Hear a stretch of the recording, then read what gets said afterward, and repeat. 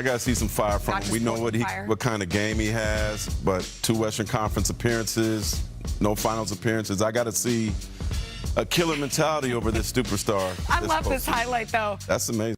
I mean, if you can. He also made 5 threes. He did. Hey, how about Buzz City? They brought the heat to Chi-Town. They blew out the Bulls thanks to a huge third quarter. Shanae, can this team make the playoffs, not play in? I'm sorry. I still 2016? live in reality because they are 6 games back from the 6th spot, but they will make the play in and then hopefully make their way to the playoffs. Right now, I'm not saying it's guaranteed, but I like that their starting 5 had 16 threes. Concadipple, 21 points in 23 minutes. They are buzzing. Wait, what's this? Bulls are down bad, man. Yeah, they are. But we looked at their roster at the trade deadline and could have told you that. All right, how about the Sixers, though? Joel Embiid back in the lineup after missing the last 5 games. He had that leg issue. 27 points in 26 minutes for him. Brian, what did he show you? This was a really encouraging performance because, you know, you just never know how he's going to look. He had great movement. He actually moved pretty well on defense, too, in rim protection. 20 points in the first half of this game. So picked up right where he left off that hot streak before he had to sit down with that knee issue. Not to mention 32 from Tyrese Maxey. Shanae, you want some gumbo? Let's get to the all day, every day. DeJounte Murray, welcome back. He made his season debut, returning from that Achilles tear. Zion, though, he stole the show. Monster dunk, of course, en route to this one. Mark, what stood out to you? Kudos to DeJounte Murray. It's been over a year since he played, Absolutely. and they put him back in the starting lineup. 13 points, had a few turnovers. But good for him to be back, especially with everything he's been going through, not only on the court, but off. Absolutely. How about we go to Atlanta, friends? That's where Jonathan Kuminga. Atlanta. He was cooking in his debut. Revenge game. Sure, against the Wizards. Let's go to the first quarter here. Kuminga, though, gets it in transition. This is what you want to see, that athleticism on display here. I mean, we knew that was there, but it's the smiles. We should have done a tracker of how many times he was smiling on the floor. Yeah, exactly. Evil smile, by the way. Joy for him. And then Kuminga bringing the energy here off the steal. And all-time greats, yes, could have changed the course of basketball shoe history. And tonight, the top team in the West head-to-head, the Thunder at the Pistons, then the Celtics, they're in Denver to take on Nikola Jokic and the Nuggets. We'll get you started with NBA Countdown. That's at 7 o'clock Eastern. But let's talk about it now, because Jamal Murray, first-time All-Star, he's averaging career highs in points, in assists, and threes. He's just one of 2 players averaging 25 points, 5 assists on 40% shooting from beyond the arc this season. Who's the other player, you might ask? Well, that would be his teammate, right? Nikola Jokic, the only other duos in NBA history to put up those numbers for an entire season. That would be KD and Kyrie, that was in Brooklyn, and KD again with Steph Curry in Golden State. And then as for the Celtics, Jaylen Brown is just over 29 points a game. They are on pace to be the 3rd most in Celtics history. And with Boston on the road tonight, it is worth mentioning that Brown is on pace to be the first player in Celtics history to average 30 points per game on the road. But will he play tonight? It is the second night of a back-to-back for Boston. So for more, we welcome in our senior insider, Shams Charania. Shams, what is the latest with Jaylen Brown, who was out yesterday with that right knee contusion?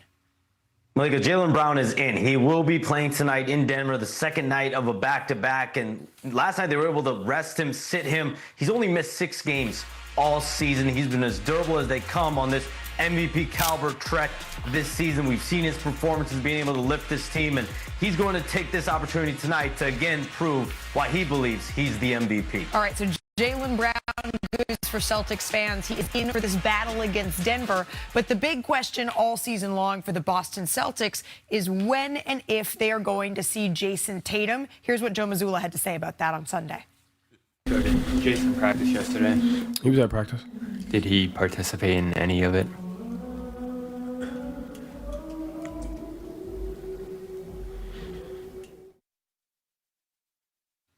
Okay, at the risk of Shams, you giving me one of those 1,000-yard stares, what is the latest on Jason Tatum?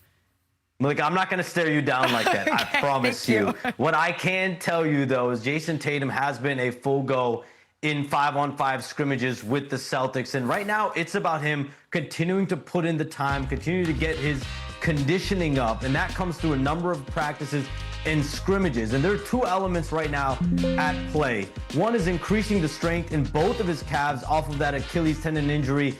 And the big hurdle of all of this is getting 100% there on the mental side, getting the confidence in his leg, fully when he's back. The common theme that I've gotten from people around Jayson Tatum is he will be back on the floor when JT feels like JT, quote, unquote. And that process, the Celtics have continued to let him lead that. He's in the driver's seat. They will take Jayson Tatum's lead as far as when he feels like he's ready and cleared. And then eventually, Malika, a dozen people here, doctors, Celtics officials, Jayson Tatum's side, Jayson Tatum himself, they're going to gather in a room and get him to the point where he wants to be, which is in March. And as we get closer and closer to the playoffs, make a decision about whether he's able to make it back out on the floor. Okay, so not only is it all of the actual benchmarks that the doctors and all of the medical staff and the training staff need to do to say, okay, Jayson Tatum is physically cleared to play. There's also that last piece for Jayson Tatum to say, which is a huge one. I feel like I am myself, like I am back, like I am ready. Shams, I always appreciate the insight and information, and I would always be down for a staring contest, but I do appreciate that that's not the route you went here. Just to remind everyone what's on tap tonight, it's at 10 o'clock Eastern on ESPN. These are the best two offenses in the NBA this season. And actually, it's not even just the season. It's two of the most efficient offenses that we've ever seen. We're talking about in NBA history here. Mark, what are you watching in this one? The continued dominance of Jaylen Brown. I remember talking to Joe Mazzulla at the start of training camp, or start of the season. He said Jaylen had a great training camp. He's healthy. He wants to be coached. And obviously, Jayson Tatum's not there, and he's filled the void with a career high in points. But he's been more of a leader. He's been more of a mentor to these guys. He's not really trying to worry about the off-court spotlight, despite the Beverly Hills thing. But he's showing more personality and showing he should be an MVP candidate. And I don't, is anyone at this point, I feel like we're starting to get a pretty good idea of who the Boston Celtics are. They're serious. The Boston Celtics are serious. Does anyone know who's Denver? Well, when they've got their whole team, they're serious. But here's the thing: Jokic comes back from this injury. He is still putting up amazing numbers. Insane. He's still leading the league in assists and rebounds. But he hasn't quite been himself this last couple of weeks. Over the last 9 games, he's averaging 5 turnovers a game. Is part of that the wrist that he's been dealing with? It's wrapped some games, it's not wrapped other games. You know he will never reference it, but clearly something is off. He doesn't turn the ball over like this. And also his shooting is down. This is a guy who was shooting almost 60% before he came back from this. He's under 50% in the last 9 games.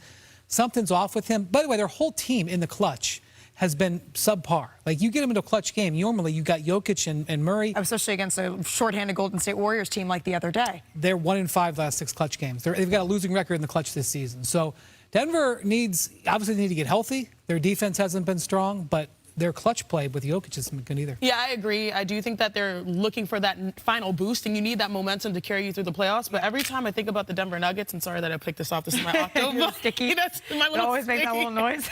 I look, and I'm always in shock because on our beautiful ESPN app, I know you can't see it, but I scroll. Anyone can read? I need glasses to read that little font. I scroll, and it's like, okay, who's the leader in points? Oh, it's Jokic. Rebounds, Jokic. Assists, Jokic. Steals, 1.4 Jokic. And then you look at the graphic to start the segment. Don't sleep on this fact. Best offenses in history through 2 different ways.